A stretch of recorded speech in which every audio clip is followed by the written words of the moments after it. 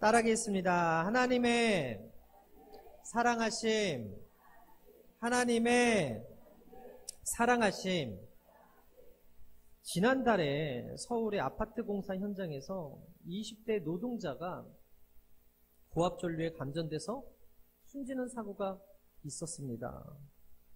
그런데 사고 당시 노동자가 쓰러진 상태로 1시간 이상을 방치되고 있었음에도 불구하고 이 모습을 찍고 있었던 CCTV는 갑자기 다른 방향으로 돌아갔다는 거예요. 또 어떤 일이 있었냐면 경기 김포 주택에서 혼자 살던 60대 남성이 숨진 채 발견됐는데 그 시신이 원룸 형태인 집 안 바닥에 누워 있어서 부패가 상당히 진행됐음에도 불구하고 발견하기 때 꽤 오랜 시간이 걸렸다라는 것이죠. 미국에서도 네 번째 큰 웰스파고 은행이라는 곳에 60대 은행원이 자그마치 4일 동안이나 나흘 동안이나 그곳에서 심장마비로 죽었는데도 아무도 발견하지 못했다는 뉴스가 있었습니다. 또 미국 애틀랜타 인근 아팔라치 고등학교의 총기 난사로 인해서 14살 학생이 총을 쏴서 4명이 사망하고 이 과정에서 저 맨 왼쪽에 있던 선생님이 아이들을 피신시키고 문을 짱고 총을 맞아서 죽었다는 뉴스를 들었습니다. 이게 이번 주에 우리나라와 미국에서 있었던 뉴스. 여러분 아시다시피 디모데후서 3장 1절에 말세의 징조들이 사랑이 식는다라고 얘기하거든요. 너는 이것을 알라. 말세에 고통하는 때가 이르러 사람들이 자기를 사랑하며 돈을 사랑하며 자랑하며 교만하며 비방하며 부모를 거역하며 감사하지 아니하며 거룩하지 아니하며 무정하며 원통함을 풀지 아니하며 무함하며 절제하지 못하며 사나우며 선한 것을 좋아하지 아니하며 배신하며 조급하며 자만하며 쾌락을 사랑하기를 하나 사랑하는 것보다 더하여 경건의 모양은 있으나 경건의 능력은 부인하니 이 같은 자들에게서 내가 돌아서라. 가짜 사랑이 펀칩니다. 가짜 사랑이 중독을 일으키죠. 그런데 오늘 우리가 이 말세를 살면서 하나님의 사랑을 배워야 되는 이유는 그 하나님의 사랑이 진짜이기 때문에 그렇습니다. 세상의 사랑은 가짜 사랑이에요. 여러분 아무리 목이 마르다고 해서 바닷물을 퍼먹으면 갈증이 더 심합니다. 아무리 목이 마르다고 해서 탄산음료를 계속 먹으면 몸이 망가집니다. 그러면 진짜를 맞이해야 몸도 건강하고 갈증이 풀어질 수 있는데 세상에 어떤 것도 변하지 않는 사랑이 없어요. 여러분 사랑해서 결혼해도 이혼하는 게 인간이더라고요. 예수님께서 사마리아 여인을 찾아왔을 때 그 여인의 상태가 어땠어요? 5명의 남편이 있고 1명 동거하는 사람이었어요. 무슨 얘기예요? 사랑을 찾아서 진짜 나를 사랑해주는 사람을 찾아서 그렇게 애쓰고 힘쓰지만 여러분 정말 나도 내가 실망스러울 때가 있는데 나도 내가 미울 때가 있는데 내 배우자가 온전히 나를 사랑한데 끝까지 사랑한다는 것은 그게 기적이에요. 오늘 이혼하지 않고 오늘 내 남편과 내 아내와 알콩달콩 살고 있다면 여러분 하나님의 은혜임을 기억하시게 되길 바랍니다.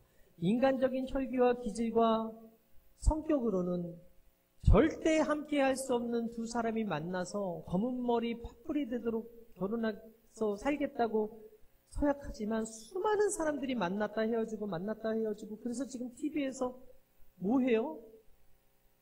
돌싱들이 다시 만나는 그런 프로그램을 하지만 그들이 다시 만난다고 해서 그들이 또 안 헤어지리라는 보장이 없는 거예요. 여러분 진짜 지폐와 가짜 지폐를 구분할 때 한국은행에서 하는 것은 가짜 지폐를 나눠주는 것이 아니라 진폐를 나눠주고 주구장창 그것만 보게 한다는 거예요. 기준이 명확하면 가짜는 금방 드러나기 때문에 비행기 조종사가 아무리 마하의 속도로 달려도 사고가 나지 않는 것은 그들이 자신의 감정과 자신의 시각을 의지하는 것이 아니라 확실한 계기판을 보고서 판단하기 때문에 그래요. 가짜 사랑이 무성한 이 시대 가운데 우리가 진짜 하나님의 사랑을 배울 때 진짜 사랑을 할 수 있어요. 믿으시면 아멘. 그래서 오늘 두 번째 시간을 준비했는데 요한일서 2장 15절에 이렇게 기록합니다. 우리 함께 읽을까요? 시작. 이 세상이나 세상에 있는 것들을 사랑하지 말라. 누구든지 세상을 사랑하면 아버지의 사랑이 그 안에 있지 아니하니 이는 세상에 있는 모든 것이 육신의 정욕과 안목의 정욕과 이생의 사랑이니 다 아버지께로부터 온 것이 아니요 세상으로부터 온 것이니라. 지난 시간에는 우리가 요한복음 3장 14절에서 18절 말씀을 통해서 하나님이 나를 어떻게 사랑하시는가, 나를 사랑하시는 하나님을 배웠고 십자가를 통한 하나님의 사랑을 배웠고 사랑을 끊임없이 우리에게 주시기를 원하시는 하나님을 배웠어요. 기억나세요? 기억나세요? 예. 근데 오늘 또 사무엘 이야기를 통해서, 한나 이야기를 통해서, 엘리 제사장 이야기를 통해서 하나님의 사랑하심을 좀 발견했으면 좋겠습니다. 첫 번째 따라하겠습니다. 약한 자를 사랑하심. 우리 인간은 강한 존재입니까? 약한 존재입니까? 약한 존재예요. 강하지 않습니다. 아무리 강하다 해도 시간이 지나면서 근육이 빠지고 허리가 굽고 관절이 상해서 약해지는 게 우리의 인생입니다. 사무엘상 초반부에 등장하는 한나와 엘리 제사장을 볼 때 그들이 얼마나 약한지를 우리가 발견할 수 있거든요. 사무엘의 어머니 한나, 뭐가 약했어요? 아이가 없었어요. 그렇게 애를 갖고 싶었는데 애를 낳을 능력이 없는 거예요. 엘리는 홈니와 비느하스라는 두 자녀가 있었어요. 잘 키우고 싶었어요. 그런데 자기 뜻대로 되지 않는 거예요. 사역도 잘하고 싶었어요. 그런데 영적으로 점점 비대해지고 우둔해지고 하니까 하나님의 음성이 안 들리는 거예요. 여러분, 특별히 오늘 우리가 눈여겨 생각하고 싶은 것은 뭐냐면 말씀이 희귀해진 그때 누구에게 음성이 들렸느냐, 누가 그 음성을 캐치했느냐라는 거예요. 여러분, 그 당시에 대제사장이었던 엘리에게는 들리지 않았다는 거죠. 근데 누구에게 그 음성이 들렸는가? 어린 아이였던 사무엘에게 들리더라. 본문 3장 1절에 보게 되니까 아이 사무엘이 엘리 앞에서 야훼를 섬길 때 야훼의 말씀이 희귀하여 이상이 흔히 보이지 않았다. 여러분, 이게 무슨 말입니까? 하나님의 음성이 들리지 않았다는 거예요. 그런데 누구에게 들렸다고요? 오늘 우리가 쭉 읽었잖아요. 12절까지 읽으면서 3번이나 하나님이 누굴 불러요? 사무엘을 불러요. 한나는 아이를 낳지 못해 한이 맺힌 여자. 우리나라도 그랬지만 유대인은 더 그래요. 남자를, 아이를 출생하지 못하는 여인은 죄인 취급을 당하고 멸시를 당했어요. 그래서 아브라함도 첩을 두고 그렇지 않았어요? 그래서 야곱도 첩을 두고 그러지 않았어요? 한마디로 한이 많은 사람들이었다는 거예요. 아들을 낳지 못하는 거에 대한 아픔이 있는 사람들. 분이 나는 자녀가 있는데 본처인 자신은 자녀가 없음에 한탄하고 있었다는 거예요. 남편이 사랑해줬어요. 그럼에도 불구하고 위로가 되지 않았어요. 자녀를 얻지 못한 그 한이 남편의 사랑으로도 풀어지지 않았던 거예요. 그래서 선택한 게 뭐예요? 그가 그 약해졌을 그때 하나님께 기도하더라는 것이죠. 그가 성전에 올라가서 미친 듯이 부르짖었는데 아시다시피 그 부르짖음이 술에 취한 것 같아서 엘리가 뭐라 그래요? 술 끊으라 그러잖아요. 취한 줄 알고 포도주 끊으라고 그러잖아요. 그가 자신의 심정이 얼마나 답답하면 그러냐고 이렇게 얘기하잖아요. 3일상 1장 16절에 당신의 여종을 악한 여자로 여기지 마옵소서. 내가 지금까지 말한 것은 나의 원통함과 격분됨이 많기 때문이라. 여러분, 약해졌을 때 사람에게 가서 하소연하지 마십시오. 내가 부족함이 많을 때 사람 찾아다니며 들어달라고 하지 마십시오. 내가 힘들 때, 내가 약해졌을 때 하나님께 미친 듯이 부르짖게 되길 바랍니다. 하나님께 정말 부르짖으면 하나님은 다 듣고 계신다는 거예요. 분인나가 도발하는 상황, 자식을 갖고 싶은데 자식이 잉태지지 않는 그런 상황, 너무 속이 상할 때 한나가 한 선택은 하나님께 찾아 나왔다. 하나님께 나와 부르짖었다. 사무엘상 1장 10절에 한나가 마음이 괴로워서 야훼께 기도하고 통곡하여 서원하여 이르되 만군의 야훼여 만일 주의 여종이 고통을 돌보시고 나를 기억하사 주의 여종을 잊지 아니하시고 주의 여종에게 아들을 주시면 내가 그의 평생의 그를 야훼께 드리고 삭도를 그의 머리에 대지 않겠나이다. 무슨 얘기예요? 엄청 간절하니까 주시면 내가 하나님께 드리겠다. 이것 때문에 제가 여기에서 서 있는 거예요. 저희 어머니가 애가 안 생긴 건 아닌데 너무 신앙이 좋으셨어요. 그래가지고 첫 것은 하나님께 드리겠다고 제가 태어나기도 전에 서원하셔가지고 제가 목회자의 길을 다이렉트로 올 수가 있었거든요. 이 한나의 기도를 보시고 배우셔가지고 여러분 모든 생명이 하나님께 있어요. 그리고 부르짖으면 하나님이 그 사람을 생각하시는 거예요. 여러분 우리가 언젠간 죽어요. 근데 왜 밥 먹어요? 살려고. 되게 신기하죠? 우리가 언젠가 죽는 거 알면서도 살려고 밥을 먹듯이 우리가 기도하는 거 하나님이 다 알고 계시는데 왜 기도하라 그래요? 하나님이 하라고 했으니까. 사람 찾아다니고 다른 대체물 가지고 위로받고 중독에 빠지지 말고 하나님께 너가 내게 와서 기도하면 내가 너의 기도를 듣겠다 말씀하셨으니까. 그래서 우리가 기도하는 거 아니겠어요? 죽는 거 알지만 우리가 오늘 맛있게 밥을 먹는 것처럼 하나님 다 아시는데 왜 기도해야 돼요? 다 아시잖아요? 그리고 기도 안 하는 게 아니라 하나님 아시지만 기도하는 자의 기도를 하나님 듣기를 원하시고 약하게 만드시고 약한 자들이 하나님께 더 나올 것을 원하셨기 때문에 기도의 환경을 주시고자 우리를 가끔은 약하게 하시더라. 이것이죠. 여러분 사무엘상 17장 17절에 보게 되니까 하나님이 그녀를 생각했다고 기록하거든요. 엘리가 대답하여 이르되 평안히 가라. 이스라엘의 하나님이 내가 기도하여 구한 것을 허락하시기를 원하노라 하니 이르되 당신의 여종이 당신에게 은혜 있기를 원하나이다 하고 가서 먹고 얼굴에 다시는 근심빛이 없더라. 저는 여러분들의 기도의 제목을 알지 못하지만 확실한 건 여러분 오늘 이 자리에서 기도하시면 응답이 있습니다. 평안히 가십시오. 하나님께서 하실 것입니다. 사람 찾아다니고 하소연해봤자 풀리지 않아요. 그러나 이 자리에서 나의 약함을 하나님께 토로하고 나의 부족한 것을 토로하면서 구하면 하나님께서 주십니다. 여러분 믿음이 떨어지는 사람들은 염려하고 근심합니다. 그러나 은혜 받은 사람들의 마음엔 평강과 기쁨이 있는 거예요. 여러분 오늘 이 시간 약해져서 오셨을지라도 기도의 제목을 가지고 오셨을지라도 평안히 가라. 내 믿음대로 될지어다. 주님이 말씀하신 대로 이 전에서 여러분들의 기도가 응답됨을 믿으시게 되길 바랍니다. 여러분 사무엘이 태어났잖아요. 어떻게 태어났어요?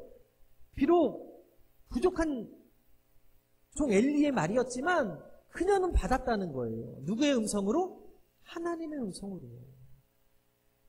여러분 제가 여기 있어도 제가 온전하지 못하고 제가 부족한 점이 많습니다. 그럼에도 불구하고 여러분 잊지 마십시오. 이 종의 입술을 통해서 여러분들에게 평안을 주시길 원하시고 희망을 주시길 원하시고 소망 있게 하시길 원하시고 응답을 주시길 원하신다는 사실을. 믿음은 다른 사람의 것이 아니고 내 믿음대로 될지어요. 다른 사람의 믿음대로 되는 게 아니라 내 믿음대로 되는 거예요.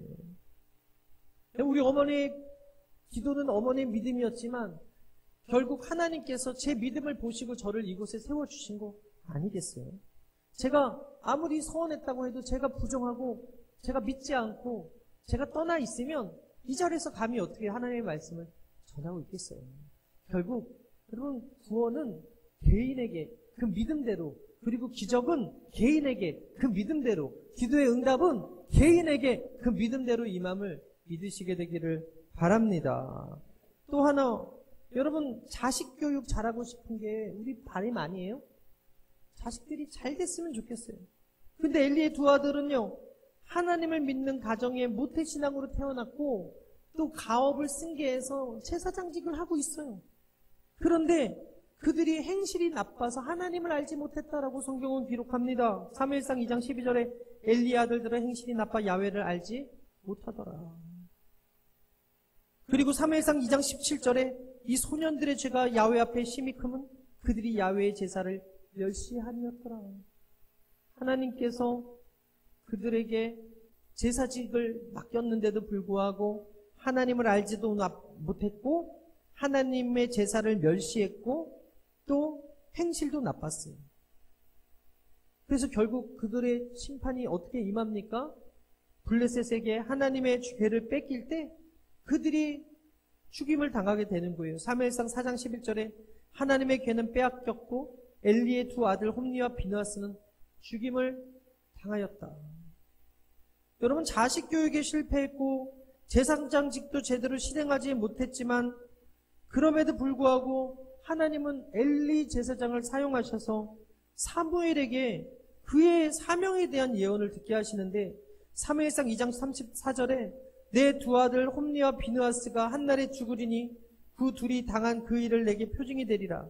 내가 나를 위하여 충실한 제사장을 일으키리니 그 사람은 내 마음 내 뜻대로 행할 것이라.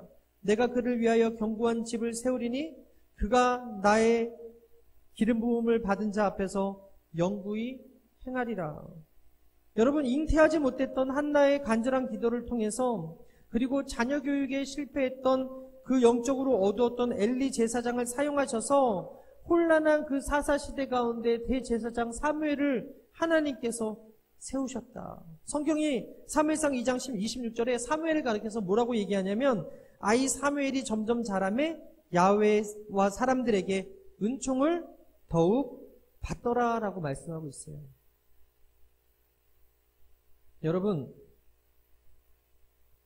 하나님께 은총을 받은 이 사무엘은 잘한 게 없어. 그냥 단지 어린아이였던 것밖에 없어.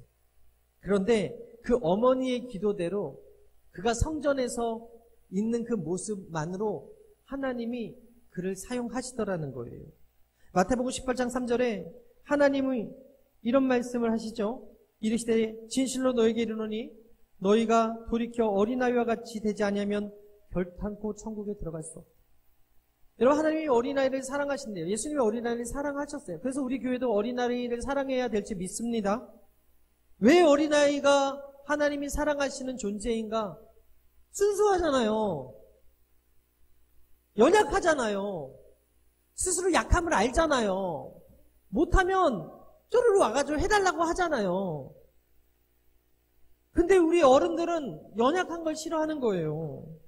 강한 것이 좋은 거예요. 힘과 능력이 강함에 있음을 아는 거예요. 그래서 돈을 가지려고 애쓰고 권력을 가지려고 애쓰고 힘을 가지려고 애써요. 약해 보이고 하는 것은 무시당한다고 생각하는 거예요. 근데 성경에 보면 하나님이 약한 자를 들어 가난한 자를 부끄럽게 하셨다고 하는 거예요.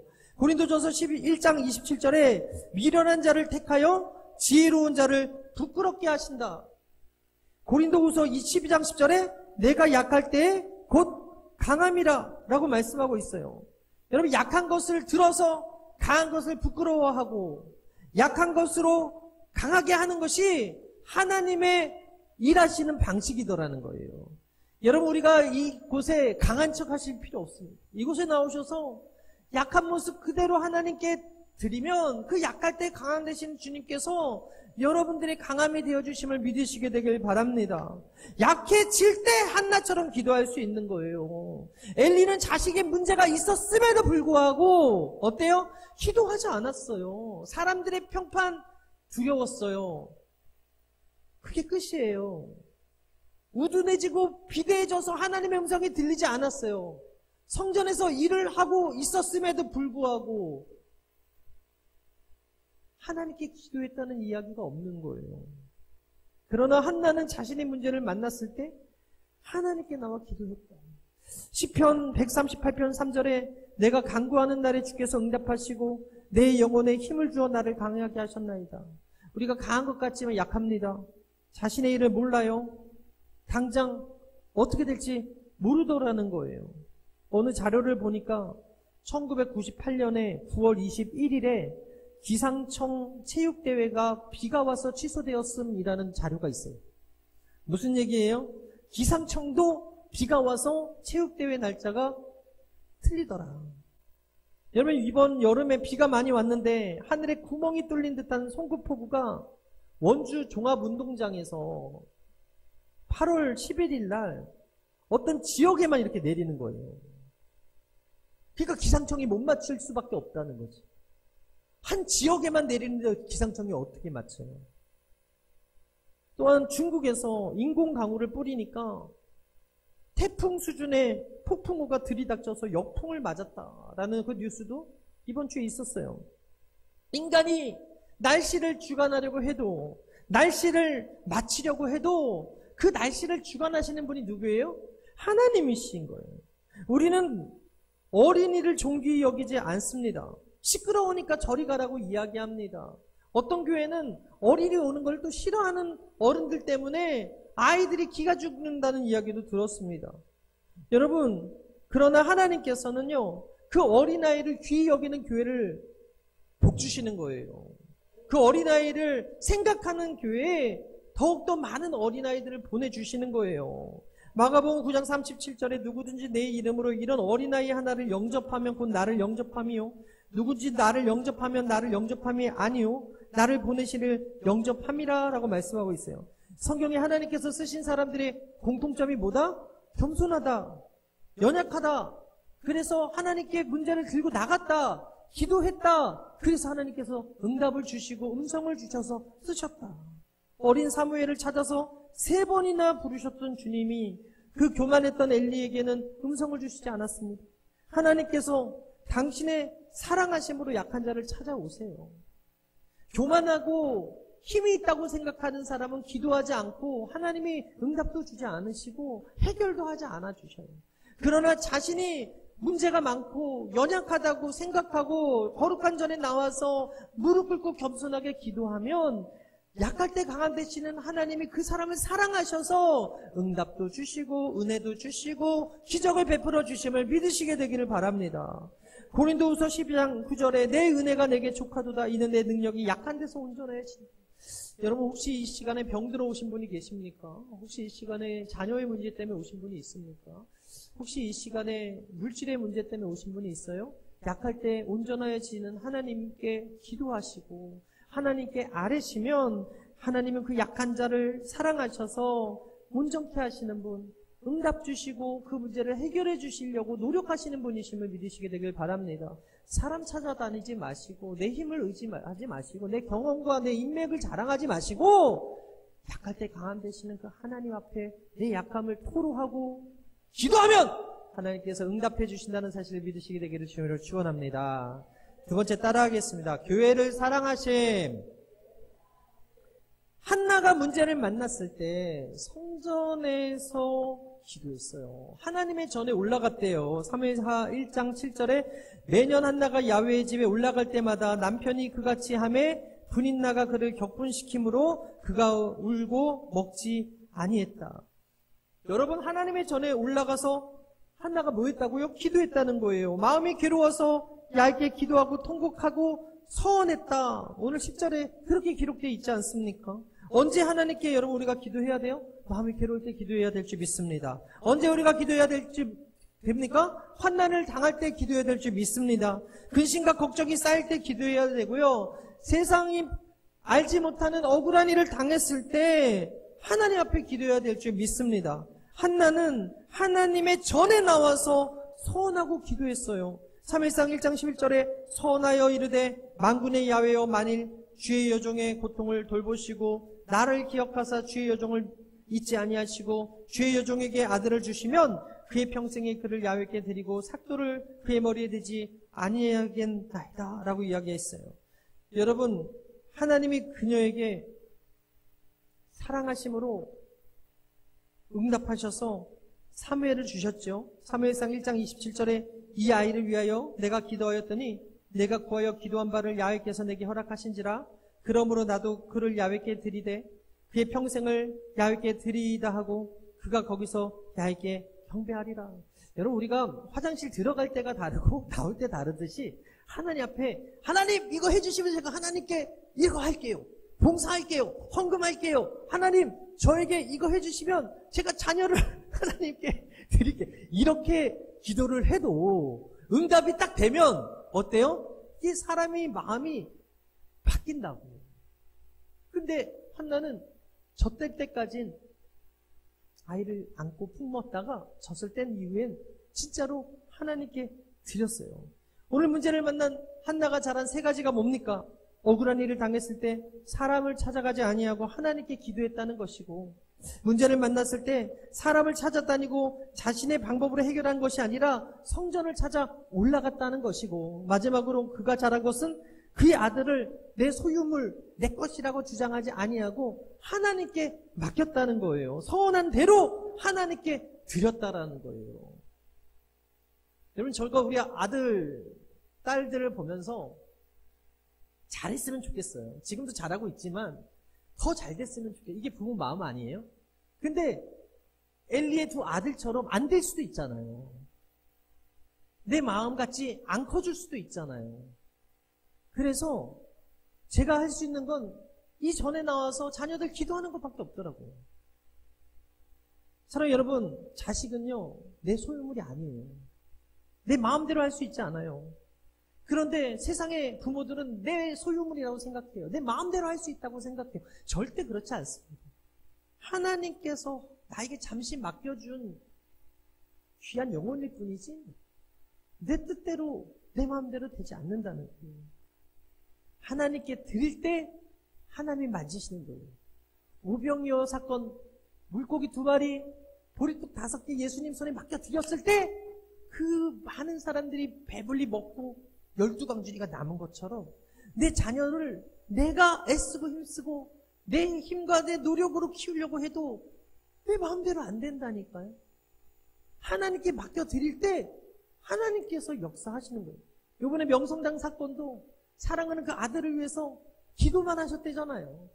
그 방에서 게임을 그렇게 오래 한 그 아들이 그렇게 늠름한 형사가 되기까지 하나님께서 우리 귀한 권사님, 안수일사님 그 기도를 들으시고 때가 되니까 딱 정신 차리게 하시고 공부하게 하셔서 합격하게 하시고 지금은 멋지게 일하고 있잖아요. 여러분, 하나님께 맡겨드리는 거예요. 내 뜻대로 내 마음대로 되지 않는다고 속상해하고 걱정하지 마십시오. 하나님의 자녀들은 하나님께 맡길 때 하나님께서 내가 키우는 것보다 훨씬 더 아름답게 키우신다는 사실을 믿으세요. 여러분, 야곱이 편애했어, 요셉을. 근데 그를 잃어버리지 않고 그를 끝까지 품고 안았다면 그 땅에서 유지는 될 수 있었겠지, 상속받아서. 그런데 애굽을 다스리는 총리까지 갈 수 있겠냐는 말이죠.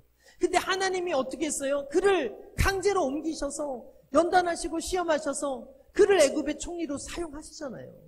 여러분, 내 자녀가 내 생각대로 내 계획대로 되지 않는다고 해가지고 걱정하거나 두려워하지 마십시오.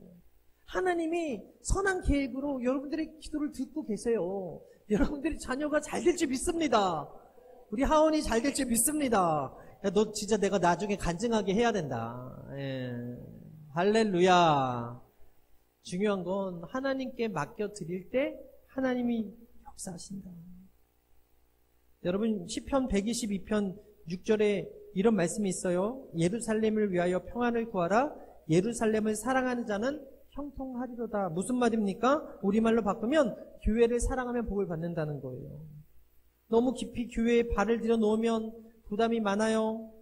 교회에 일정한 거리를 두고 신앙생활 하고 싶어요 하는 분들이 있지만, 여러분, 세상에서도 아웃사이더가 되면 안 되지만 교회에서도 절대로 아웃사이더가 돼서는 안 돼요. 주변인이 돼서는 안 돼요. 주일 예배만 드리는 것으로 만족하셔는 안 돼요. 건강한 교인이 되고 훌륭한 신앙생활을 위해서 반드시 교회 생활에 함께 해야 됩니다. 교회 직분 맡은 것도 필요하고 봉사하는 것도 필요하고 남녀 선교회에 가입하고 청년에 가입하고 교회 공동체에서 일하는 게 중요합니다. 물론 교회 안에서 활동하면 우리가 상처받아요. 왜? 완벽한 모임이 아니라니까요. 죄인들의 모임이라니까. 어떤 기준을 통해서 여러분들을 불러모은 게 아니라 예수님 피값 주고 사신 이 교회 안에서 여러분들은 그냥 믿음으로 오신 거잖아요. 그냥 믿음 하나 보고 온 거잖아요. 예수님 바라보고 오신 거잖아요. 어떤 기준이 있었어요? 나이? 뭐 재산? 학력? 이거 안 보잖아요. 그러다 보니까 세상의 기질이 있는 그대로 가지고 오는 거예요. 세상에 가지고 있던 성격과 혈기 그대로 가지고 오는 거예요. 그러다 보니까 그 사람 말 한마디에 상처받고 그냥 쳐다만 봤을 뿐인데 그 눈빛이 부담스럽고 싫다고 하는 그런 폐들이 교회 안에 있어.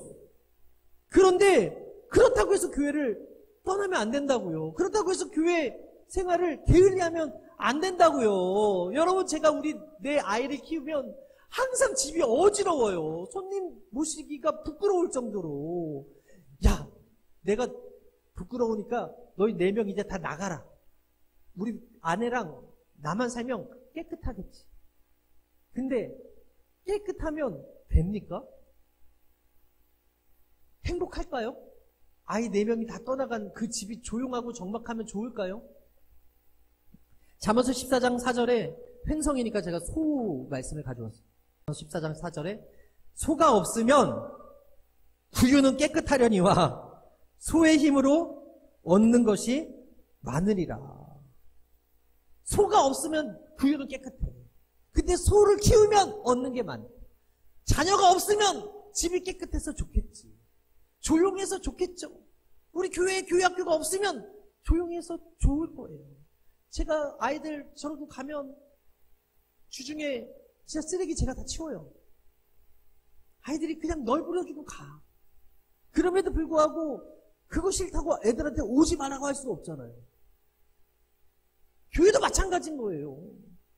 사람 없으면요 시험도 안 들려. 실적도 안 해. 근데 교회 생활 하다 보면 어떤 일이 있어요?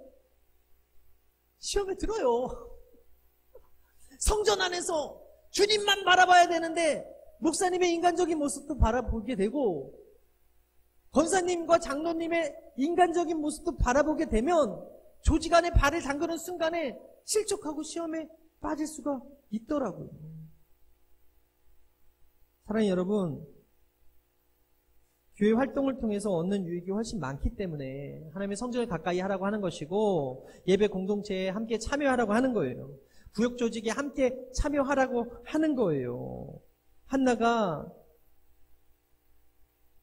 축복을 어디서 받았어요? 성전에서 받은 거예요. 여러분, 우리가 축복을 어디서 받아요? 성전에서 받는 거예요.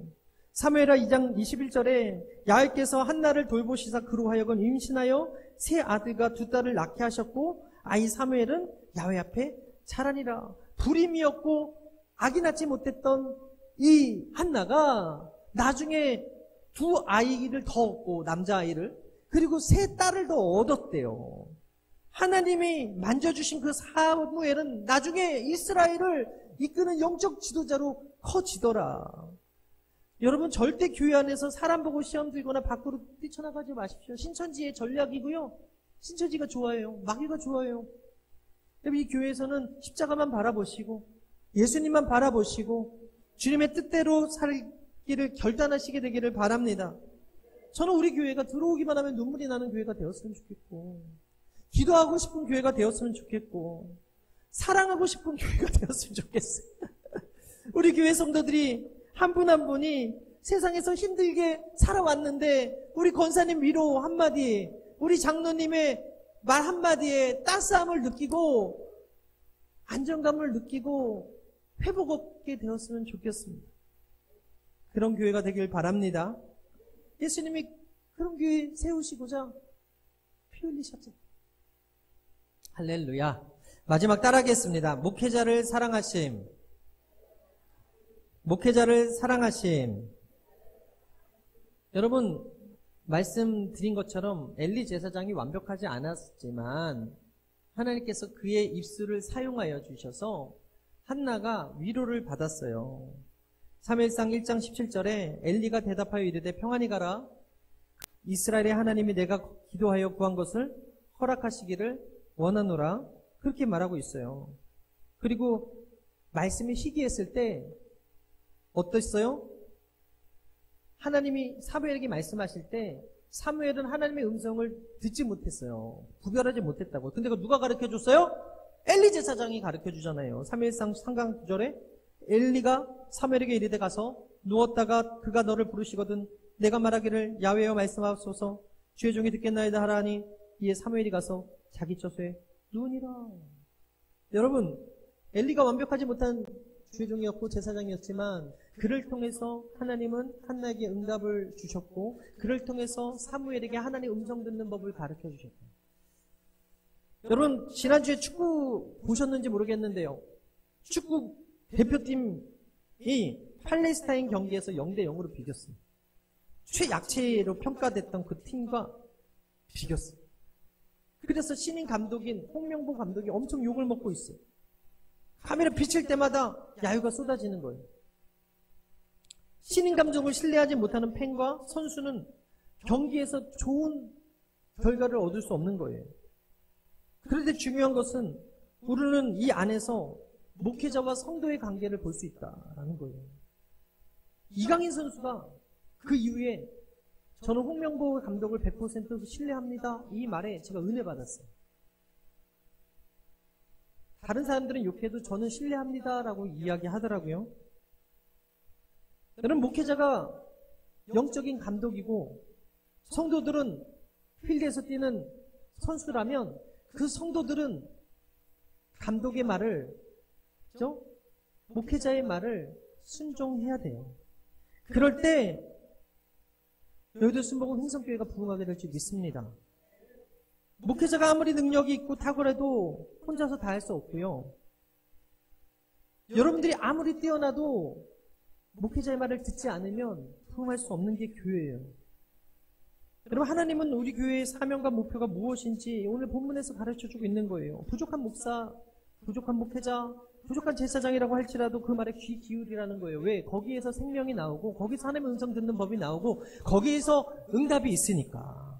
부족한 목회자의 가르침이라고 해도 그 건의에 순종하고 그 음성 듣기에 순종할 때 그때 비로소 하나님이 그 교회를 쓰신다. 교회에서 별거 아닌 사소한 문제로 목회자와 사이에 나빠지는 경우가 있어요. 목회자와의 관계를 대수롭지 않게 생각하고 사는 사람들이 있어요. 그럼 목회자와의 관계가 나빠지면 가장 큰 문제가 뭐예요? 설교가 귀에 안 들어와. 그럼 뭐가 튼다? 마귀가 하는 거예요. 이게 가장 큰 문제거든요.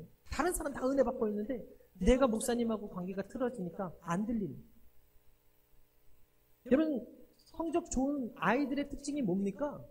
선생님하고 관계가 좋아. 영어 성적이 좋은 아이는 영어 선생님하고 관계가 좋고 수학 성적이 좋은 아이는 수학 선생님하고 관계가 좋아요. 선생님한테 인정받고 싶으니까. 여러분, 신학 성적이 좋은 사람도 마찬가지. 여러분, 저와 관계를 잘 하시게 되길 바랍니다. 그래야 말씀의 은혜도 받고 그래야 여러분들이 사는 거예요. 제가 부족해요. 저도 연약하지만 여러분, 심판은 누구에게 있다? 하나님께 있다. 엘리 제사장 결국에는 목이 부러져 죽어요. 그 홈리와 비느하스가 죽었다는 소식을 듣고 나서 하나님께서 그도 심판하신다고 94세의 나이에 죽어요. 살 거 다 살고 죽어요. 아니, 저 목사님은 왜 이렇게 오래 하셔? 저 목사님은 왜 이렇게 오래 사셔? 왜 이렇게 살고 오래 하셔? 우리가 평가할 게 아니라 주의 종은 하나님의 영역이고. 여러분, 다윗보다 여러분들이 뛰어나십니까? 여러분, 다윗도요, 주의 종으로 기름 부은 사울을 죽일 수 있었어요. 근데 그게 힘들지 않았다고요. 무슨 얘기입니까? 주의 종은 하나님께서 건드시고 하나님께서 심판하시고 여러분들은 그냥 하나님께서 주의 종에게 주신 그 말씀에 순종하시면 되는 거예요. 할렐루야. 말씀을 마치도록 하겠습니다. 하나님은 지금도 약한 자를 사랑하세요. 교회를 사랑하세요. 그리고 목회자를 사랑하세요. 문제를 만나 약해졌을 때 그것은 하나님의 사랑하심을 보여주는 좋은 때예요. 하나님이 우리 교회를 세우신 것은 이 교회를 통해서 하나님이 말씀하시기 위해서 세우셨고 위로하시기 위해 세우시고 응답 주시기 위해 세우셨다는 사실을 기억하게 되길 바랍니다. 주의 종을 이 자리에 세우신 것은 하나님을 바로 알게 가르치라고 섬기라고 성도들을 잘 섬기라고 세우신 거고 잘 가르치라고 세우신 거고 하나님의 바른 음성을 전하라고 세우신 줄 믿습니다. 하나님이 아시고 보시고 계시기에 반드시 주의 종의 잘못은 하나님이 책망하시고 손 보실 테니까 여러분들이 심판하지 마시고 기도해 주셨으면 좋겠습니다. 하나님께 기도해서 좋은 배우자를 만나고 스승을 만나듯이 여러분들이 목회자가 좋은 목회자가 되도록 사랑해주고 기도해 줄 때 제가 더 사랑스러운 종이 될 수 있을 줄 믿습니다. 아울러 여러분들이 이 목회자를 통한 영혼의 꼴을 통해서 건강한 영성인 사람이 될 때 우리 교회가 하나님의 사랑받는 건강한 교회가 되게 될 줄 믿습니다. 이렇게 되는 우리 교회가 행복한 교회고 거룩한 교회고 하나님 기뻐하시는 교회임을 믿으시게 되기를 주님을 축원합니다. 함께 찬양하고 기도하겠습니다.